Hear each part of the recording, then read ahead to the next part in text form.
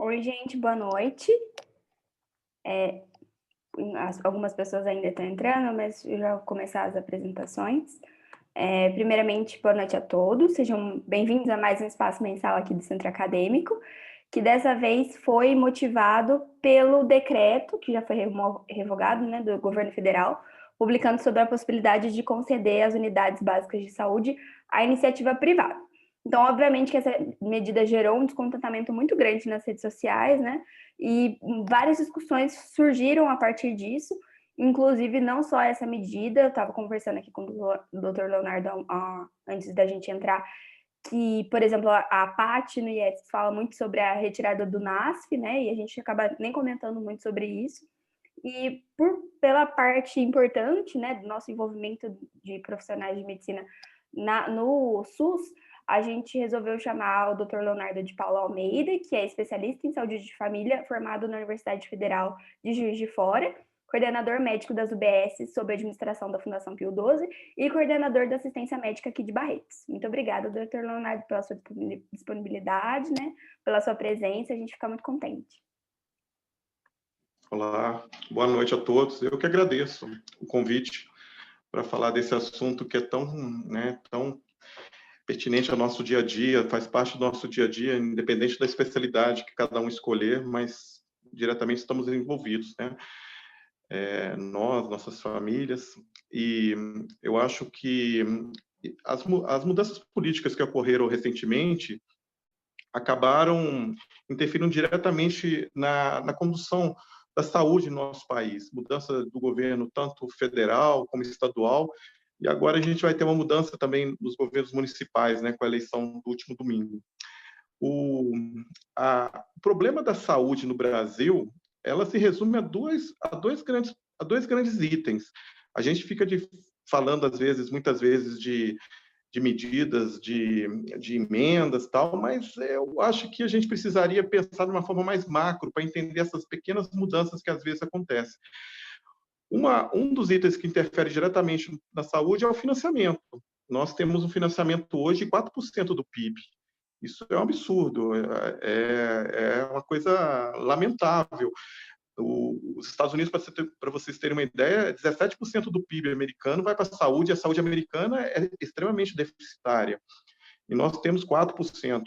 Lembrando que o SUS é responsável por 75% da cobertura de saúde da população brasileira. A população brasileira, hoje, em torno de 200 milhões, 150 milhões de vidas usam o SUS, única e exclusivamente o SUS. 50 milhões tem um sistema privado, mas ainda esses 50 milhões, esses outros 25%, também utilizam o SUS. O SUS não restringe o uso de pessoas que têm plano de saúde, como em alguns países. Por exemplo, o Chile tem essa restrição. Então, o SUS é um sistema, como eu disse, único, mas é universal. No mundo não existe outro sistema igual ao nosso. E com um financiamento tão baixo. O outro problema nosso é a gestão. Nós temos uma gestão extremamente, como que eu posso falar, amadora. Eu não vejo outro nome. Nós não temos gestores profissionais fazendo saúde.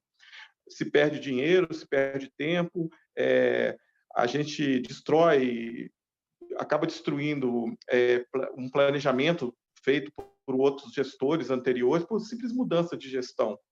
Vocês imaginam uma empresa sendo governada por um gerente e, de repente, esse gerente muda e muda tudo que está sendo feito numa empresa. Sempre isso vai acontecendo a cada 4 anos. Você acha que essa empresa vai falir ou não? Provavelmente. E, principalmente, quando não existe um planejamento, né? Um planejamento para ver como que vai ser feito esse gasto. Então, hoje, o nosso problema maior em relação à questão do SUS é a questão da gestão e do financiamento. Não vejo um outro grande problema, a não ser esses dois. Em relação à questão da privatização de alguns serviços, como o serviço da atenção primária, eu acho que tem que ser visto com muito cuidado isso. Nós temos exemplos bons e exemplos ruins. Quando temos uma gestão séria, em que as parcerias são sérias, eu não vejo problema de uma privatização de um serviço de saúde, uma atenção primária. Nós aqui em Barretos temos o exemplo de uma OS administrando a parte da atenção primária, a fundação, e a gente vive com os recursos que são passados da Secretaria de Saúde para nós. E conseguimos fazer um trabalho muito bom, assim, com qualidade, com profissionais qualificados. Então, eu tenho um certo receio em criticar isso. Eu acho que realizado com certos critérios, feito com uma organização, com um planejamento bem feito, e com uma fiscalização boa, pode ser bom para muitos serviços, para muitos locais em que não tem recurso, não tem, como que eu falo, é um planejamento, condições de criar uma estrutura de saúde boa. A, lembrando que hoje nós temos uma estatização dos hospitais no Brasil de 75%, ou seja, o Estado cuida de 75% dos hospitais brasileiros, e vocês veem como que está difícil administrar tudo isso. Às vezes, o incentivo privado pode ajudar, desde que com uma fiscalização adequada, uma boa gestão. Se fosse hoje, eu não veria isso com bons olhos, por causa de nós não temos grandes gestores profissionais. Hoje, por exemplo, uma ideia, um secretário de saúde é colocado por uma indicação, um cargo pessoal, é indicado um amigo, alguém que ajudou na campanha, ou alguém que o prefeito acha que pode exercer um bom trabalho. Não existe uma exigência de qualificação para isso. Qualquer pessoa pode ser um secretário de saúde. Imagina a responsabilidade que é administrar a saúde de um local sem nenhum tipo de qualificação. Então, eu acho que a gente precisa profissionalizar a gestão e melhorar o financiamento. Conseguindo melhorar esses dois itens, a gente consegue realizar uma boa saúde. O governo Bolsonaro está querendo mudar muitas coisas em relação à saúde, talvez mais com enfoque político. O SUS e a atenção primária, independente de questões políticas, tem um planejamento, a atenção primária. Se você entrar no site do Ministério da Saúde, você vai ver que o planejamento da atenção primária, no papel, é perfeito. Nos congressos internacionais de saúde da família, o Brasil é exemplo em relação ao planejamento, mas na prática a gente vê que isso não é pleno, a gente vê que não tem uma eficácia tão grande, principalmente devido a esses itens que eu falei anteriormente, mas também devido à falta de integração da rede, né? A gente hoje dá um exemplo de falta de integração na rede. Nós temos um paciente que passa na unidade básica, que passa na Santa Casa, que passa no AME, em que o médico do AME, o médico da Santa Casa, o enfermeiro da UPS ou o médico não sabe o que aconteceu com esse paciente nesses outros locais. A gente não tem um prontuário eletrônico integrado. Isso é um absurdo, isso é inaceitável. A gente está no ano 2020, em que a gente está falando de prontuário físico, de papel, em que um paciente que é encaminhado para um ambulatório de especialidade, chegando lá, o médico não sabe o que aconteceu com ele até então, porque não tem acesso a esses exames, a não ser que o paciente leve esses exames. Muitas vezes o paciente esquece, não leva, ou o médico no registro não consegue escrever todo o que foi feito. Ele deveria ter acesso a essas informações, ou seja, a comunicação, a integração da rede de saúde é muito falha. Então, como que a gente resolve isso? Com investimento. É com investimento. Se hoje nós conseguimos integrar a rede de saúde em termos de informação, eu acho que 40% dos nossos problemas dentro da saúde se resolveriam. A economia seria muito grande, e a gente conseguiria fazer uma saúde com muito mais qualidade. A outra questão é a falta de investimento na atenção primária. A atenção primária, existe o programa Estratégia de Saúde da Família, que é exemplo. O Brasil é um dos pioneiros e o modelo brasileiro é exemplo do mundo inteiro, mas tem uma baixa cobertura. A gente melhorou muito nos últimos anos, mas está longe de atingir os 100%. Por quê? A Estratégia da Família tem que ter uma resolutividade em torno de 90%.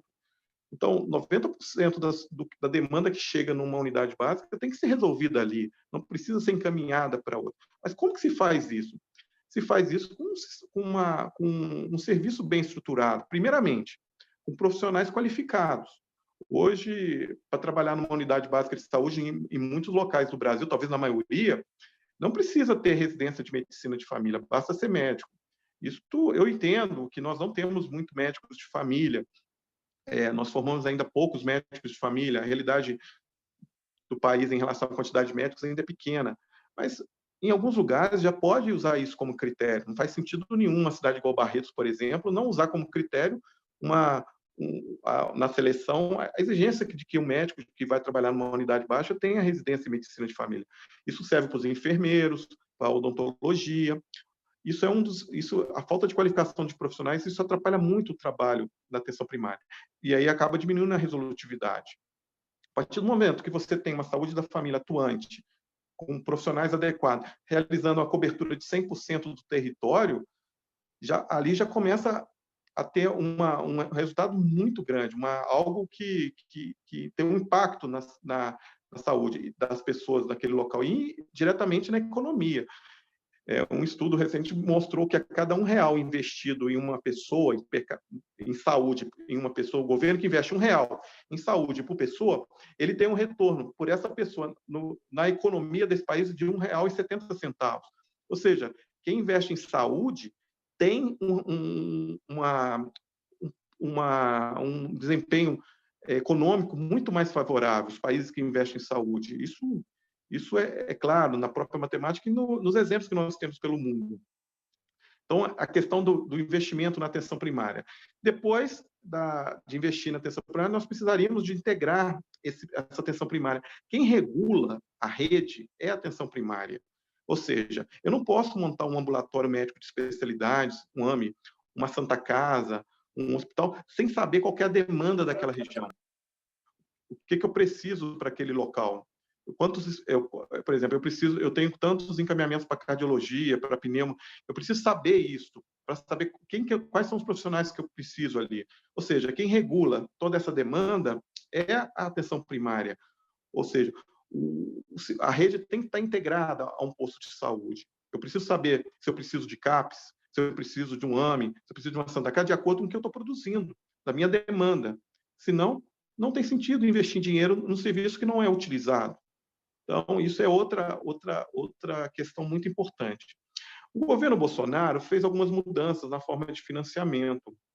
Por exemplo, ele está incentivando muito o cadastramento de mais pessoas para uma equipe de saúde da família. Antes nós tínhamos equipes, cada equipe era responsável por 2.500, 3.000 vidas, agora são 4.000 vidas. Isso diminui um pouco a qualidade, aumenta a pressão assistencial dentro de uma equipe. O desempenho dessas equipes são utilizando indicadores que às vezes a gente não sabe se realmente são indicadores fidedignos, que estão sendo absorvidos com uma eficiência realmente, se tem uma eficácia nesses dados, e deixou muito aberto para as secretarias municipais definir como seria isso, como poderia ser feito esse repasse, esse investimento na atenção primária. E acabou deixando uma lacuna em relação à questão de núcleos que apoiavam a atenção primária, como o NASF. Hoje, a gente não tem mais um financiamento direto do governo para o núcleo de apoio à saúde da família, que é o NASF, que tínhamos profissionais que davam apoio à equipe de saúde da família, como um psiquiatra, ginecologista, pediatra, fisioterapeuta, nutricionista, psicólogo, assistente social. Esses profissionais não iam lá na unidade atender pacientes. Eles iam lá discutir casos, às vezes fazer uma consulta compartilhada e, eventualmente, consultas individuais. Mas isso ajudava a melhorar muito mais ainda a questão da resolutividade da atenção primária. Ou seja, eu precisava encaminhar menos, a necessidade de encaminhar menos, de referenciar para um outro local, era bem menor. Então, essas mudanças do governo Bolsonaro acabou impactando um pouco. Em Barretos, por exemplo, eu tinha uma cidade com 120.000 habitantes. Eu tenho uma equipe NASF que foi totalmente desintegrada. Então, perdeu-se o NASF. Uma equipe para 10 equipes, para 14 equipes de saúde da família, não faz sentido nenhum. Uma equipe de NASF deveria existir uma equipe de NASF para cada equipe, 5 equipes de saúde da família, isso seria o ideal. Mas imagina ou seja, existia no papel, mas não tinha uma eficiência, um resultado. É praticamente o dinheiro jogado fora, né? O dinheiro público jogado fora. Isso cai novamente naquela questão do planejamento, na organização da gestão, que é algo que precisa profissionalizar dentro do nosso país. Outra questão também relacionada à saúde, a saúde está intimamente ligada à educação. hoje nós temos uma Constituição que fala que saúde é direito de todos e dever do Estado. Legal, tudo bem.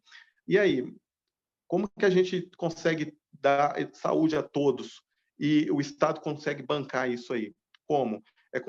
Como volta a questão da gestão, com uma boa gestão. Para isso precisa de educação. O povo, as pessoas precisam ter educação para entender isso, para saber qual a responsabilidade delas, como cobrar isso, esse financiamento, como saber que o dinheiro que ela paga dos impostos está chegando na saúde e que ela pode exigir esse esse serviço. Então, a educação está intimamente ligada à saúde. Eu vejo a saúde e a educação intimamente ligadas, mas caminhando separadamente. Nós temos um país em que temos uns planos, projetos, o Saúde na Escola, mas que o desempenho, a eficiência ainda é muito abaixo do esperado. Então, a educação é algo também que precisaria estar mais junto da saúde. E nós não vemos, a gente não vê isso dentro do nosso país.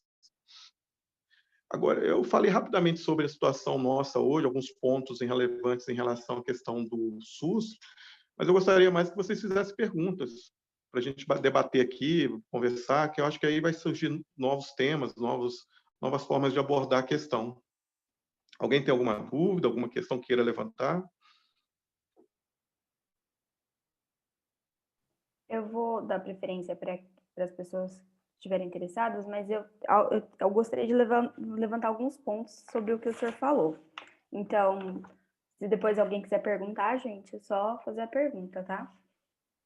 O senhor comentou que não necessariamente as atitudes do governo Bolsonaro seriam negativas, por exemplo, a parceria público-privada.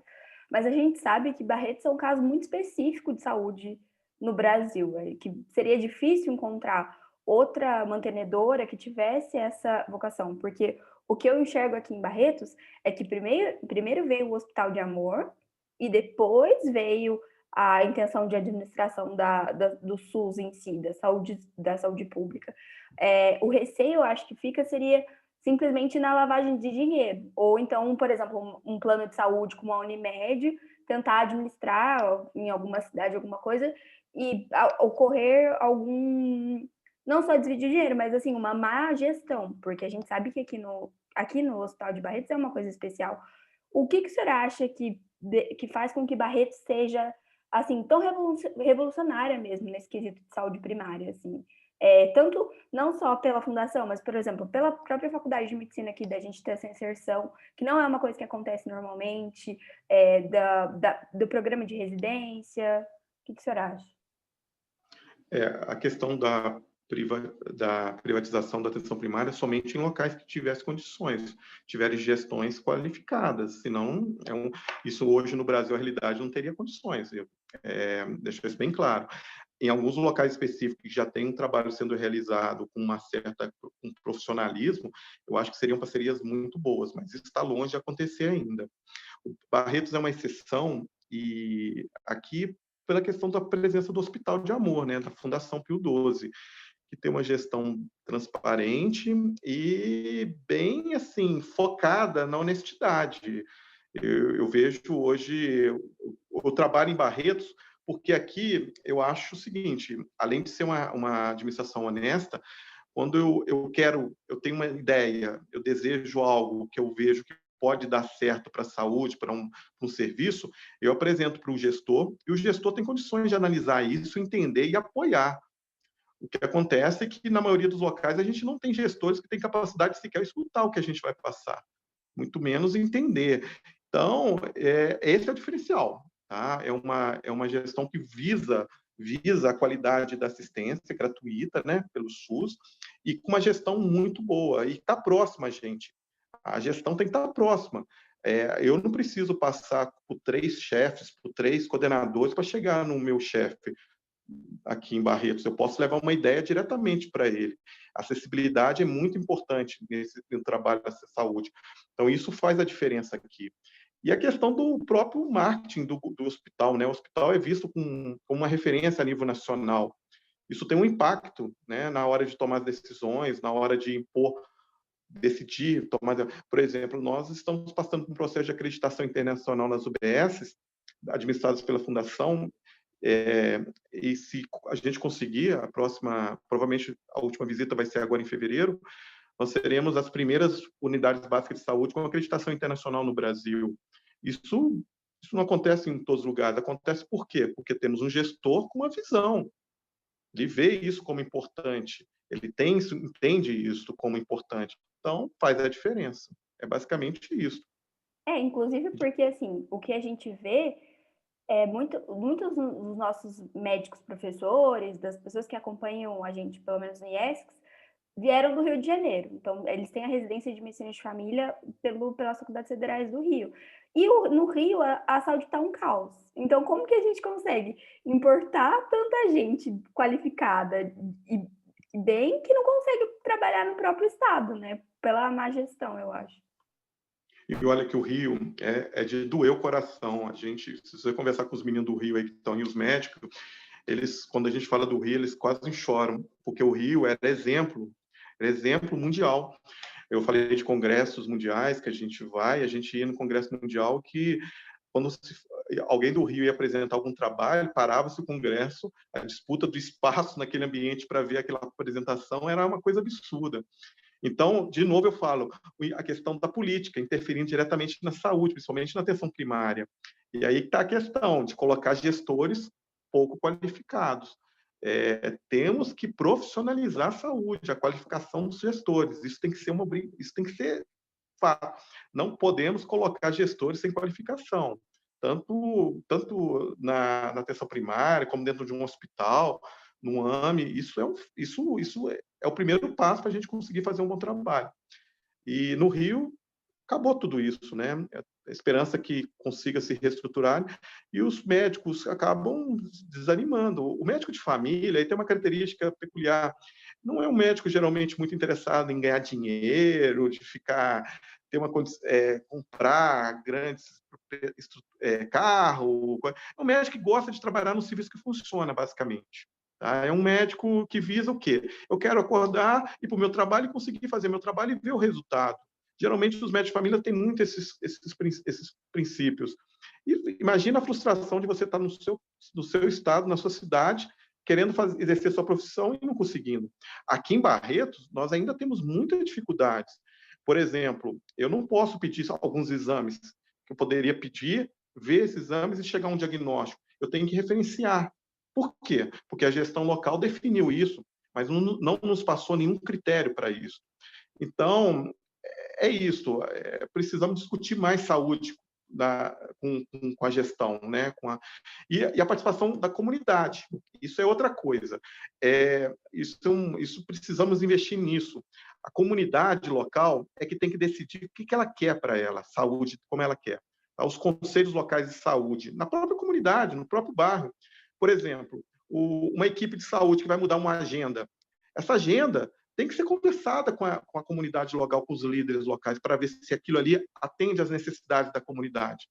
Porque como que eu vou mudar uma agenda sem conversar com a comunidade? Às vezes, o que eu acho que é bom para eles, na visão deles, não é. Então, isso tem que ser implantado, isso não é ainda. Então, a participação popular aumenta a eficiência do serviço, aumenta a qualidade e aumenta a corresponsabilidade. Porque se não der certo, a comunidade está envolvida nesse erro, como está envolvida no acerto. E todos se mobilizam para melhorar o serviço.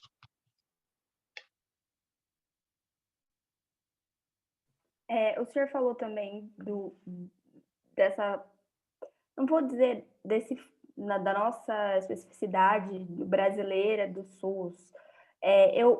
Assim, na minha opinião, pelo que eu vejo, é que a gente se baseou também no NHS da Inglaterra, né, do Reino Unido. Mas, ao mesmo tempo, eu sei que lá, eu cheguei a morar um tempo lá e eu sei que é muito diferente. Por exemplo, lá eu não posso ser atendida publicamente. Aqui no Brasil, qualquer imigrante, qualquer estrangeiro, mesmo visitando, pode ser atendido pelo SUS. O senhor acha que tem algum outro modelo de referências, apesar do Brasil ainda ser uma coisa assim específica, mas não sei, talvez Canadá, Cuba, alguma coisa que a gente poderia copiar deles ainda? Eu acho que todos esses modelos têm qualidades e defeitos, tá? E todos têm exemplos que poderiam ser copiados pelo nosso sistema aqui, pelo nosso modelo. Mas depende muito do aspecto cultural, social, econômico de cada local. Um modelo que eu gosto muito, que trabalha com poucos recursos, é o modelo cubano. Os cubanos, eu fui preceptor de cubanos durante 4 anos lá em São Paulo. Eu trabalhei durante 15 anos numa favela em São Paulo como médico de família. E nos meus últimos anos lá, eu fui preceptor do programa Mais Médico. E eu acompanhei esses cubanos durante um bom tempo. E eles me mostraram muita coisa boa do modelo deles lá. Então, Cuba é um exemplo. Eu acho o problema de Cuba é que eles não têm financiamento. Se eles tivessem financiamento, eu acho que seria um modelo excepcional a ser seguido. Tá? O Canadá é um problema, são as distâncias, os vazios demográficos, né? Você tem uma equipe de saúde da família cuidando de 150 pessoas, então é um aspecto totalmente diferente. Então, são os grandes vazios demográficos. A Inglaterra é o nível de educação da população, né? A população tem uma educação melhor, tem acesso a recursos. Então, a forma de dar esse recurso, dar acesso à saúde é de um outro modelo, mas tem também seus defeitos, né? O imigrante, por exemplo, as pessoas.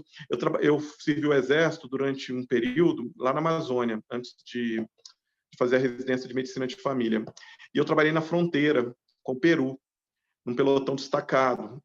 E os peruanos atravessavam a fronteira para fazer tratamento do HIV positivo no Brasil, porque aqui eles tinham acesso à medicação gratuita.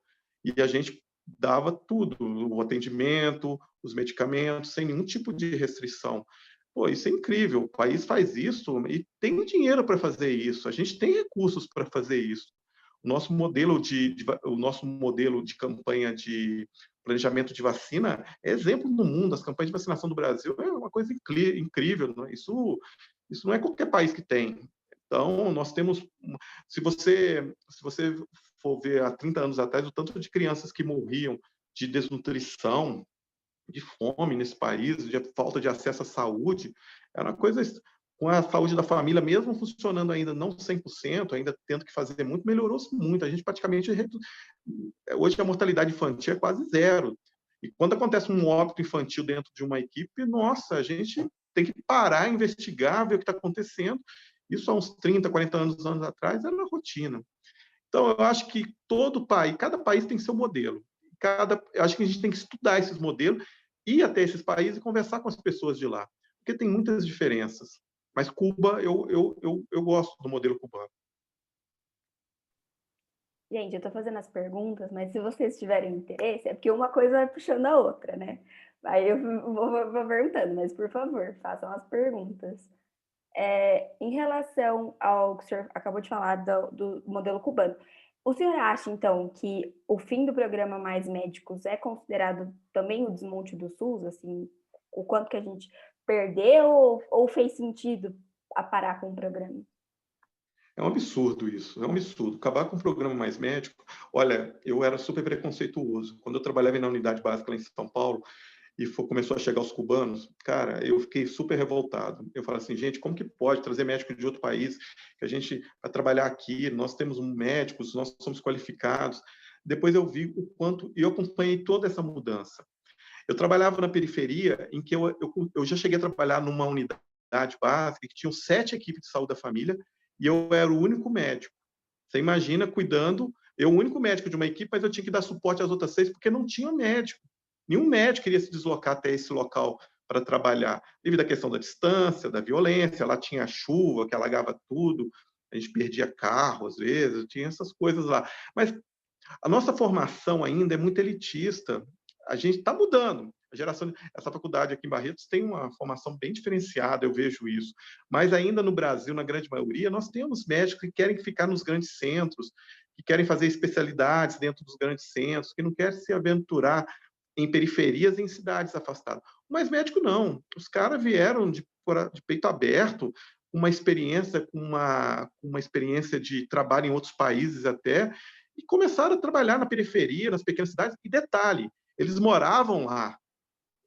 O médico de família trabalhava no posto e 2 ruas depois ele estava morando ali. no meio da comunidade. Onde é que você vê isso? Você imagina o vínculo que ele criou ali com aquela comunidade. Então, assim, ó, eu não tenho nenhum tipo de preferência partidária, mas se tem alguma coisa que o governo anterior fez de bom, foi a questão do Mais Médico. Foi um impacto muito grande no acesso ao médico, principalmente nas periferias e nas cidades afastadas desse país. Não poderia nunca ter acabado.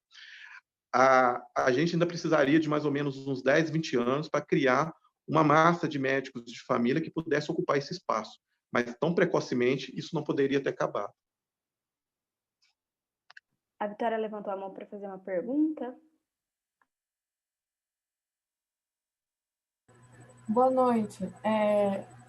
Obrigada, doutor Leonardo, pela contribuição. Eu queria só fazer uma pergunta em relação às organizações sociais de saúde, que eu acho que a gente acaba ficando muito fechado na nossa realidade daqui de Barretos, e a gente não percebe como isso está afetando em outros lugares. Aí eu queria pedir para o senhor falar um pouquinho sobre elas, em como está sendo, qual a influência delas desde que elas foram implantadas em 98 e tudo mais.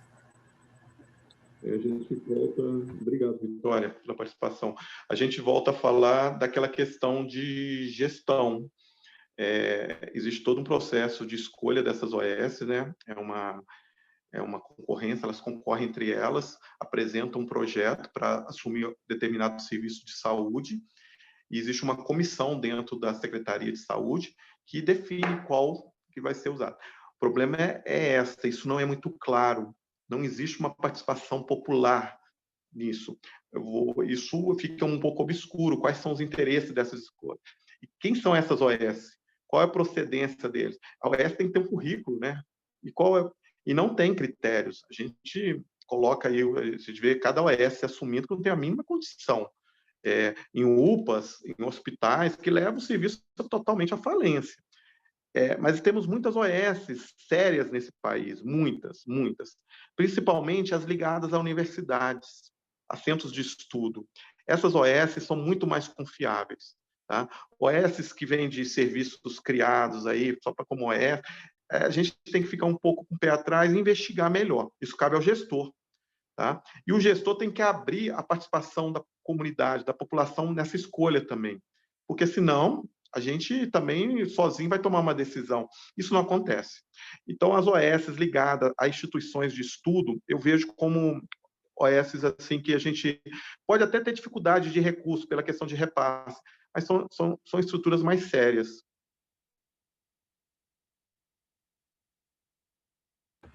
Certo, muito obrigada.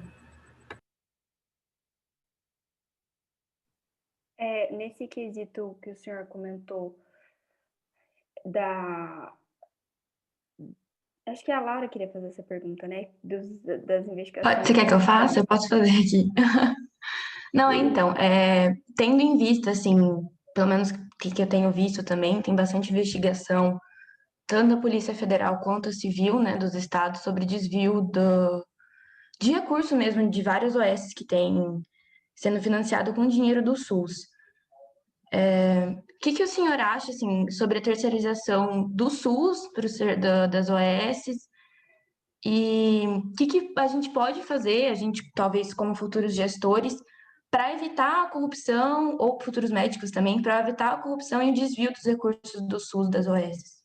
De algumas, né? Que algumas, como o senhor falou, são sérias, mas... Laura, tudo bom?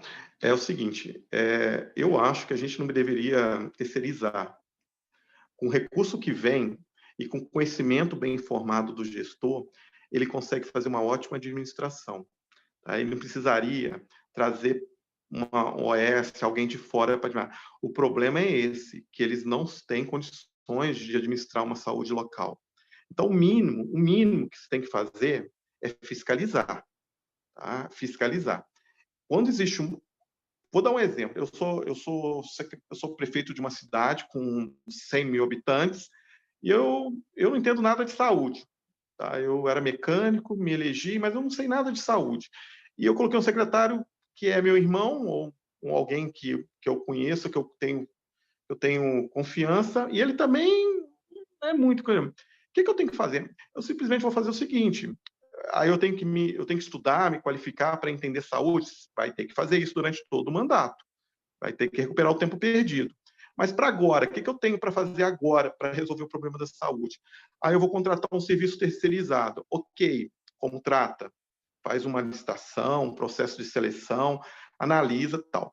Mas o que eu tenho que buscar de fora que realmente para garantir que essa OS é a fiscalização? Eu tenho que saber fiscalizar. Eu tenho que saber quais são os indicadores que eu vou cobrar. Tá? Eu tenho que saber o que é que a comunidade, o que afeta aquela comunidade, o que afeta aquela população, o que aquela população espera da saúde, o que ela precisa da saúde. E aí cobrar. Então, a fiscalização é o mínimo que um governo que contrata um serviço terceirizado precisa ter. Aí vem a questão dos interesses, né? Muitas transações de contratos acontece a questão do repasse do dinheiro de forma irregular. Então, vou dar um exemplo. Eu vejo, já vi isso acontecer, já vi reportagens em revistas, jornais.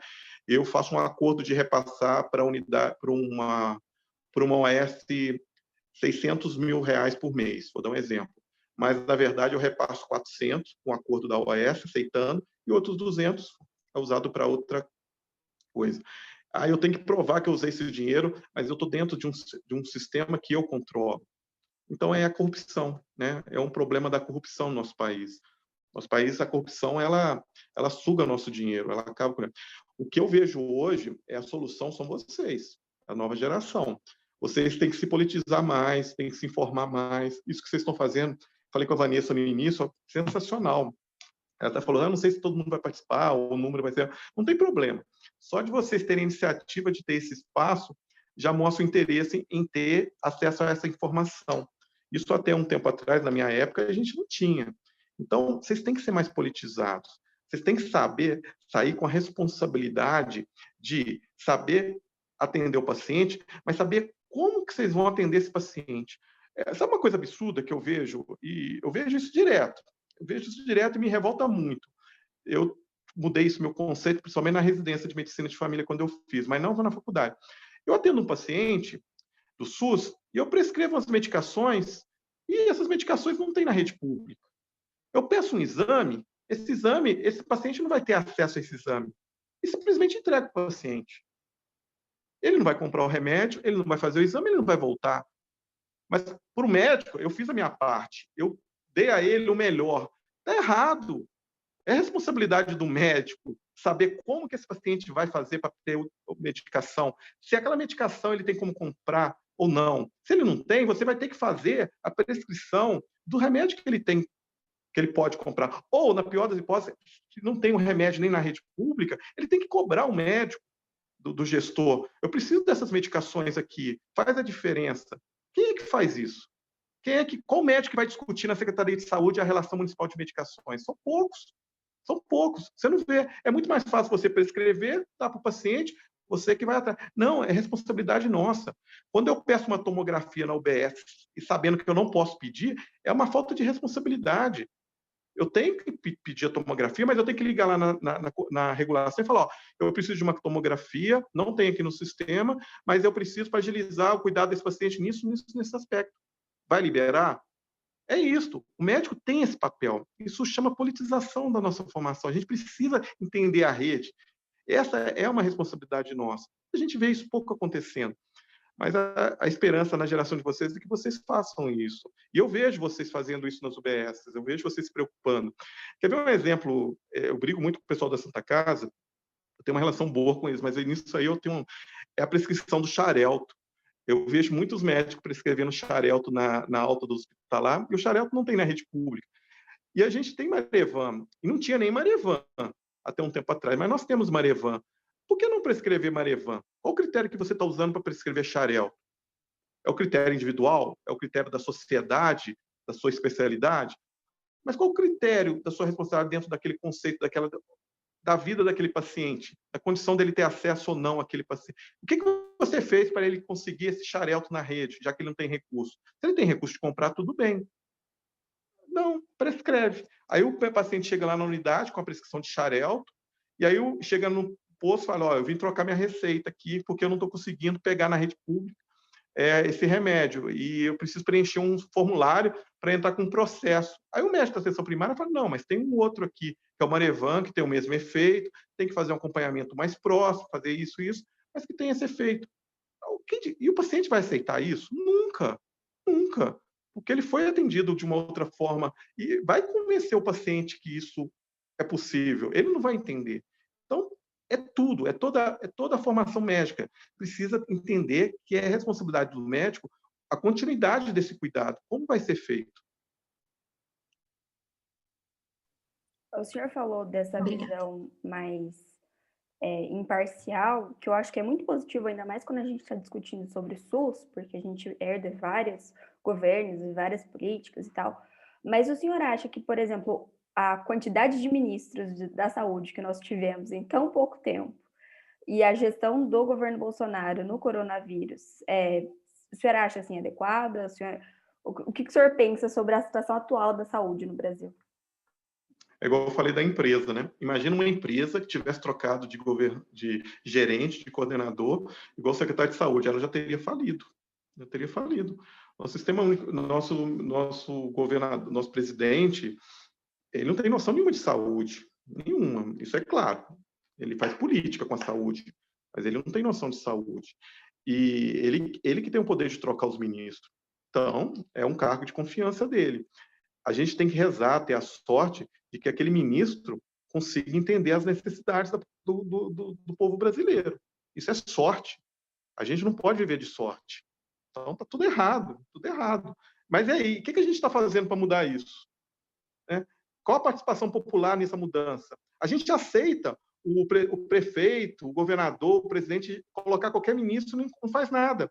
A gente está preocupado se o ministro é médico, se o ministro é engenheiro. Não tem importância o ministro. Ele elegeu, deve ser bom. É assim que o brasileiro pede. O que é isso? É falta de educação, falta de politização. A gente precisa... Vai fazer isso lá no Chile, para você ver. O Chile é um país que tem muito menos recursos que o Brasil, mas é um país extremamente politizado. O analfabetismo no Chile é quase zero.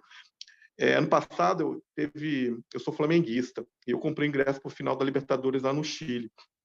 E aí teve uma revolta lá por causa do aumento do preço de umas passagens, eu acho que foi isso, de ônibus, eu não sei exatamente. E virou uma revolta que o governo teve que fechar os aeroportos. E eu perdi tudo, perdi minha passagem, não consegui trocar, tive que depois comprar, fui parar. E o jogo foi transferido para Lima, eu tive que parar lá em Lima, no Peru, para assistir o jogo. Mas eu achei aquilo incrível. Eu falei assim, caramba, a população parou um país por causa daquilo, o governo voltou atrás e, desculpa a expressão, foda-se a questão do jogo, a questão de que ia ter um evento internacional naquele local, ia trazer de líderes de vários países, foi cancelado. A população está preocupada com o bolso dela, com o resultado daquilo na questão do que aquilo vai impactar na vida dele. Entendeu? Não é esse jogo que vai impactar na vida dele, não é aquela convenção que vai impactar. Isso se chama politização. E a gente precisa disso. Por isso que eu acho que as faculdades, medicina, enfermagem, qualquer uma, tem que politizar mais. A gente precisa disso. Eu não entendo. Aí eu fico assim, aí eu vou bater panela na janela. Imagina a gente fazer panelaço aqui em Barretos. Eles vão chamar a gente de maluco, ainda vão chamar a polícia. Então, é isso. A gente tem que criar meios de forçar, de pressionar nossos governantes. Para isso, a gente tem que fundamento. Chega para conversar com o prefeito, com o secretário de saúde, com fundamento. Conhecimento daquilo que você leva. Duvido que ele não vai te escutar. No mínimo, ele vai ficar sem graça. A gente tem que ter embasamento. Não basta bater panela, gritar. Precisa chegar com uma proposta, chegar com algo concreto, com algo que você sabe por que você está cobrando. Isso é educação. Então, eu acho que ainda vamos ter muito tempo ainda para chegar nesse estágio. Mas eu acredito que vamos caminhar para isso um dia. Vitória, sua pergunta? Então, uma coisa que eu percebi durante as aulas de saúde pública e tudo mais é que não tem incentivo. A gente sabe que existe conselhos municipais de saúde, mas nunca há um incentivo da gente participar desses conselhos municipais. Então, por exemplo, quando você formar, vai lá e participe desse conselho e tudo mais. Então, senhor participa do Conselho Municipal daqui de Barretos? Como é que funciona isso? Eu queria saber um pouco mais, sabe? Se a gente, como estudante, tem algum dever em cima disso. Eu não participo de conselho, nunca fui convidado a participar de nenhum conselho, e não sei se tem conselho aqui, se realmente reúne, nunca teve nenhum. Já procurei saber, já fui atrás, mas não consegui nenhum tipo de informação. Mas o que eu posso fazer para mudar isso aí? E é algo que a gente está até fazendo, a acreditação internacional está nos motivando a fazer isso, está nos ensinando a fazer isso. É interessante a gente aprender isso também, porque também isso a gente não aprende na faculdade. A gente pode criar os conselhos locais de saúde, sem nenhuma regra, sem nenhuma ligação com a Secretaria de Saúde. Você pode reunir elementos de uma comunidade. Vou dar um exemplo. Eu tenho uma equipe de saúde da família, eu quero criar um conselho local dentro do meu território. Eu pego as agentes comunitárias e peço para elas selecionar quem são as pessoas de cada microárea que têm um nível de conhecimento, de formação de opinião importante ali. Qualquer pessoa, tá? Ela elege, e essas pessoas compõem a comissão, o conselho. E aí eu coloco, quem participa desse conselho? Metade do conselho tem que ser da comunidade, pelo menos metade. E a outra metade é da unidade básica de saúde, aí entre os agentes, entre o médico, o enfermeiro. Dali, pelo menos naquele espaço, eu vou estar sabendo o que está acontecendo, o que está sendo feito, e o que eu estou precisando e como eu posso cobrar disso. A partir disso, se existir um Conselho Municipal de Saúde, esse Conselho Municipal de Saúde vai pedir para que você participe. Você, dentro desse conselho local, você elege alguém para representar esse conselho local. Não é difícil, viu? Se a gente começa a criar vários conselhos locais, olha só, nós temos 7 equipes de saúde da família, e nós não temos. Olha, isso é uma fragilidade nossa. Eu estou mostrando um problema nosso hoje, dentro das nossas equipes de saúde da família. Nós não temos conselhos locais. Se nós conseguimos montar 7 conselhos locais de saúde, eu tenho certeza que isso vai criar uma pressão. Isso vai gerar uma pressão. Imagina 7 líderes de conselhos locais de saúde ir atrás do secretário de saúde exigir. Você imagina, eu sou responsável por 28 mil vidas aqui. Esses conselhos locais representam 28 mil vidas. Isso vai ter uma pressão. Então, cabe às equipes de saúde da família organizar esses conselhos locais. Mas não é uma atribuição oficializada para eles. Tá? Eles não são obrigados a isso. Mas na formação do médico de família, na sua formação, ele tem que se conscientizar dessa necessidade.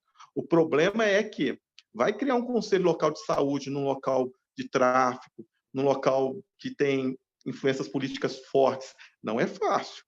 Não é fácil você ter um traficante dentro de um conselho local de saúde, igual eu tinha lá em São Paulo, em que eu tinha traficantes. Eu lembro que eu tinha 2 traficantes dentro do meu local de saúde. Mas eu passava para eles a responsabilidade da saúde local. Então, a questão do tráfico quase não interferia nas decisões ali. Era incrível. E, às vezes, quando o tráfico atrapalhava a saúde, eles eram os responsáveis, os porta-vozes de levar essa informação aos líderes deles. Então, assim, tem que ter coragem, tem que peitar mas eu acho que médico de família sem coragem é melhor escolher outra profissão, outra área. Tem que peitar, não tem jeito. Na verdade, até mesmo aqui em Barretos, né? A gente não tem esse conselho e tal. Mas o senhor com certeza tem mais propriedade para falar sobre isso do que a gente aqui. Mas teve um boato que chegou recentemente que o prefeito queria tirar a fundação da cidade, que ele queria cancelar o contrato que a fundação tinha com os postinhos e tal. E assim, todo mundo na faculdade pirou, porque teve gente que eu conheci assim da academia que veio falar, nossa, é verdade que o Guilherme vai tirar, porque como que vai ficar a residência, como que vai ficar... Porque assustou as pessoas, né? E mesmo o Henrique Prata tendo essa força e o peso dele, o embate político é muito grande, né? No final, eu acho que ele desistiu, não foi uma coisa assim? É verdade isso. Ele mandou um ofício solicitando a saída da gente em 60 dias e está valendo. Daqui a 60 dias a gente teria que sair das unidades básicas. Olha o nível de irresponsabilidade. E o que foi feito? A população se manifestou? Alguém se manifestou? A gente entrou no Ministério Público. A gente levou a questão para o Ministério Público. Então, está lá no Ministério Público. Então, imagina um governo em final de mandato tirando uma parceria com um serviço bem estabelecido, tendo que convocar novas pessoas para assumir esse governo, essas UBS. Isso é demonstração de algum tipo de responsabilidade? Nenhum. Então, você vê o nível. Eu não sei questões maiores da questão do mandato dele, não quero entrar nisso. Mas esse comportamento é um comportamento político, extremamente político. Às vezes até pessoal, não sei, eu não estava quando ele tomou essa decisão, não sei. Mas é verdade isso, é verdade. E isso só não acontece de uma forma mais radical devido ao peso da organização social que administra essas UBS, que é a fundação. Porque se não fosse isso, a gente talvez teria que sair mesmo. Então, olha só, não, foi bom você ter tocado, porque eu fico meio revoltado com isso. Qual prefeito que vai romper contrato com uma OS que está fazendo uma acreditação internacional? Qual? Não, você tem em que as UBS daquela cidade podem ser as primeiras UBS do país a terem uma acreditação internacional. E uma acreditação internacional é uma acreditação que tem que ser mantida, tem que manter o serviço. Eles não vão lá e acreditam e vão embora e nunca mais aparecem. Eles mantêm esse acompanhamento da evolução do serviço. Então, assim, eu fico impressionado. Daí você vê o nível dos nossos gestores, a responsabilidade deles. Mas é verdade, tá? Não é boato, não. Isso é real. Mas não vai acontecer, tá? Porque, primeiro, que não tem tempo, e segundo, que eu acho que o Ministério Público, esse sim, tem um nível de responsabilidade grande. Eu acredito no Ministério Público. Mudando um pouco de assunto agora, o que o senhor acha, por exemplo, a gente está na faculdade de medicina, então, particular, privada, né, a gente tem um acesso, é uma bolha. E, recentemente, justamente por essa inflação das mensalidades de medicina e tal, tem muita gente indo fazer medicina no exterior, então na Argentina, na Bolívia, e das formas de conseguir vir para cá é justamente pelos mais médicos, né, que os cubanos não conseguem mais, mas ainda existem mais médicos para brasileiros que foram formados no exterior. E o senhor já teve contato com como que é a formação? Eu acredito que deve agregar também, né? Porque como os cubanos, eles também vão para lugares afastados e tudo mais. Mas, assim, o senhor vê talvez com bons olhos ou não, mas vê essa formação de brasileiros no exterior para fazer faculdade aqui no Brasil? Eu acho que saúde não tem que ter reserva de mercado. Eu acho que a gente tem que abrir as portas para outros países. Não tem que, tanto a Argentina como Paraguai, Bolívia, Chile, Uruguai, tem que abrir portas para os médicos brasileiros trabalharem na área e vice-versa. Só que a gente tem que saber de onde estão vindo esses médicos, de onde vieram, qual a faculdade. Eu conheço Cochabamba, Santa Cruz de la Sierra, na Bolívia, as faculdades de lá. Quando eu fui nessas duas faculdades lá de medicina, eu fiquei um pouco assustado com o nível de acesso a algumas práticas deles lá. Mas eu convivi com médicos bolivianos na época do Exército muito bons. Assim, aprendi com eles vieram de faculdades da Bolívia. Então, eu acho que tem que saber de onde eles estão vindo. Uma prova simplesmente do Revalida, eu acho que é muito pequeno para selecionar um médico se tem condição ou não de exercer a profissão no Brasil. Eu acho que o ideal, na minha opinião, o ideal seria que certos governos fizessem parcerias com faculdades, universidades de outros países de qualidade e que médicos formados nesses países tivessem possibilidade de vir atuar aqui, já conhecendo a qualidade dessas faculdades. Eu acho que no Brasil tem mais faculdades, muitas faculdades ruins, um número maior de faculdades ruins do que na Bolívia. Isso eu tenho certeza. Eu sou de Juiz de Fora, eu fiz faculdade em Juiz de Fora, quando eu fiz lá, só tinha a minha faculdade, a federal. Eu fui lá agora, recentemente, eu vi 3 faculdades de medicina lá, e assim, uma coisa incrível. Eu fiquei impressionado com esse número de faculdades, não tem um hospital universitário, não tem sei lá, um campo de prática, sabe, efetivo. E são faculdades já tem um tempo, de 10 anos, 14 anos, e que continuam nesse estágio. Então, eu acho que tem que ter uma fiscalização maior do CRM, do Conselho Regional de Medicina, eu acho que o CRM, Conselho Federal de Medicina, deve fiscalizar melhor essas faculdades e deve, junto com o governo, fazer parceria com algumas universidades de países selecionados, países do Mercosul ou países da América do Sul que a gente tem uma relação boa, países de fora, Canadá, China, sei lá, Europa, Portugal. Eu acho que vai ser bom. A gente tem que ver o que é bom para a população. O mercado de trabalho, o nosso trabalho, quem faz somos nós. Se nós tivermos eficiência, responsabilidade, te garanto que você não vai ficar desempregado, que você vai ter uma vida boa, vai conseguir ter uma vida saudável financeiramente. Então, se eu fosse hoje presidente do Brasil ou tivesse dentro de um conselho nesse sentido, eu tentaria fazer parcerias com essas faculdades. E como o senhor acha que pode ser o futuro do SUS? Assim, o que o senhor imagina que, talvez idealizado, né? Mas o que o senhor acha que pode melhorar ainda? A gente está na dependência de um governo. Eu não vejo futuro, assim, depende do que vai vir pela frente aí. Pode chegar um presidente e acabar com o SUS, né? A gente terminar o SUS, eu não sei. A gente está vivendo uma instabilidade política muito grande. Eu temo um pouco pela...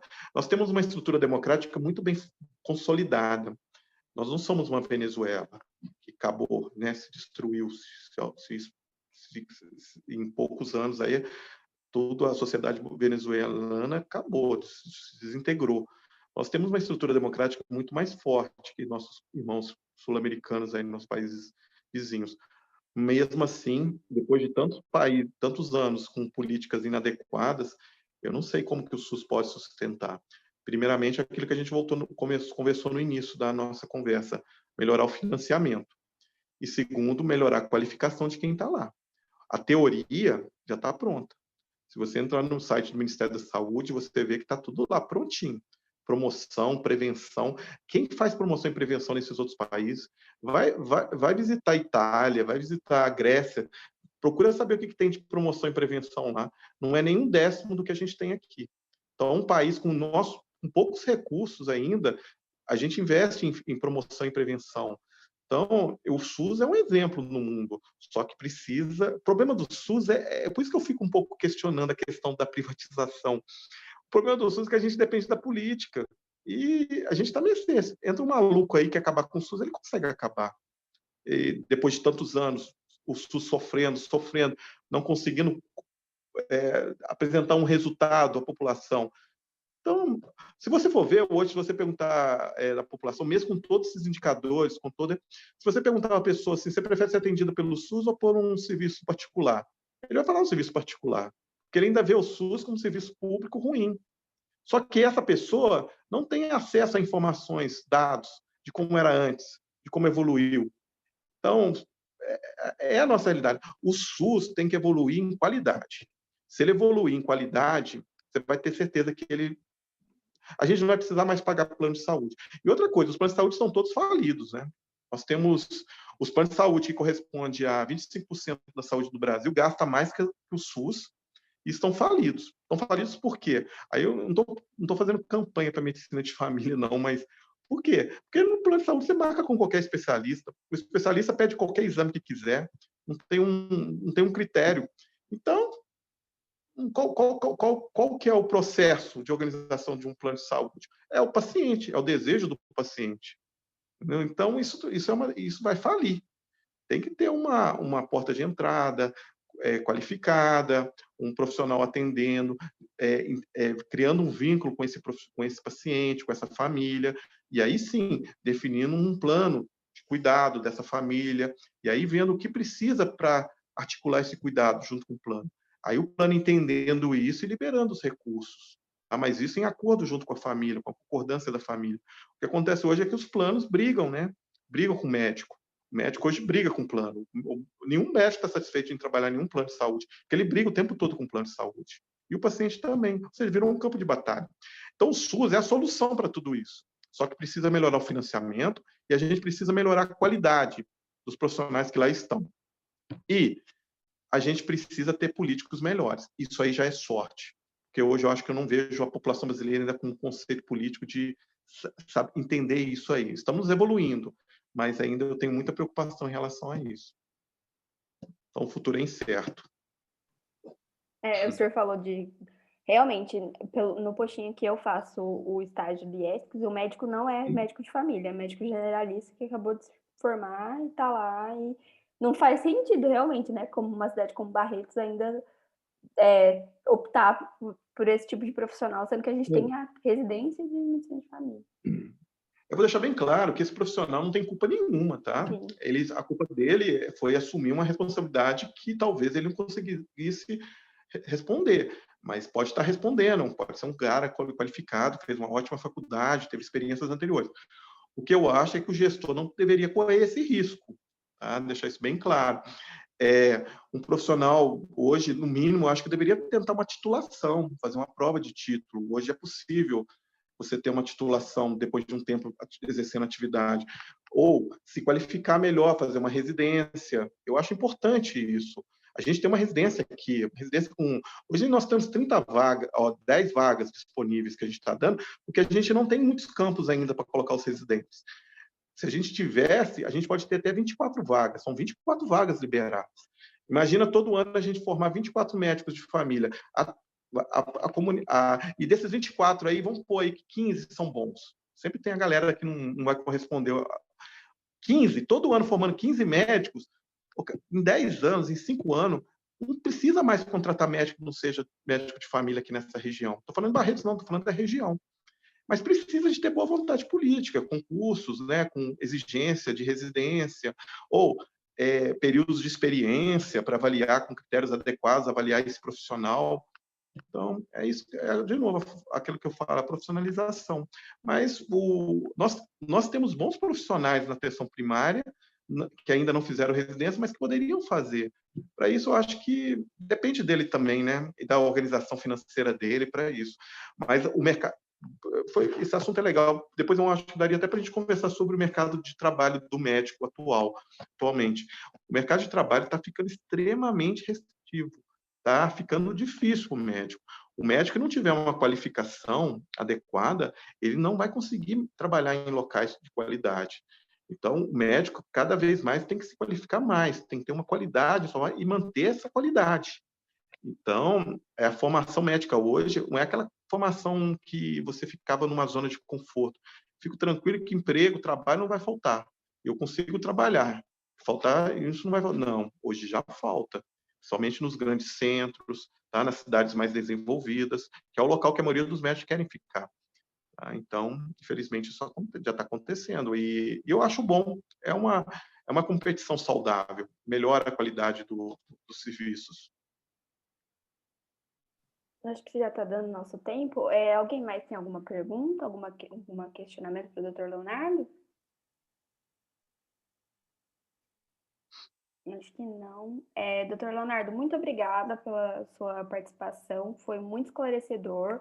É muito bom ouvir o senhor que tem muita experiência sobre o assunto, né? E principalmente pela sua imparcialidade, pela sua trajetória, é sempre muito prazeroso poder contar com o senhor. Muito obrigada, viu? Em nome do CA, em nome dos alunos da faculdade.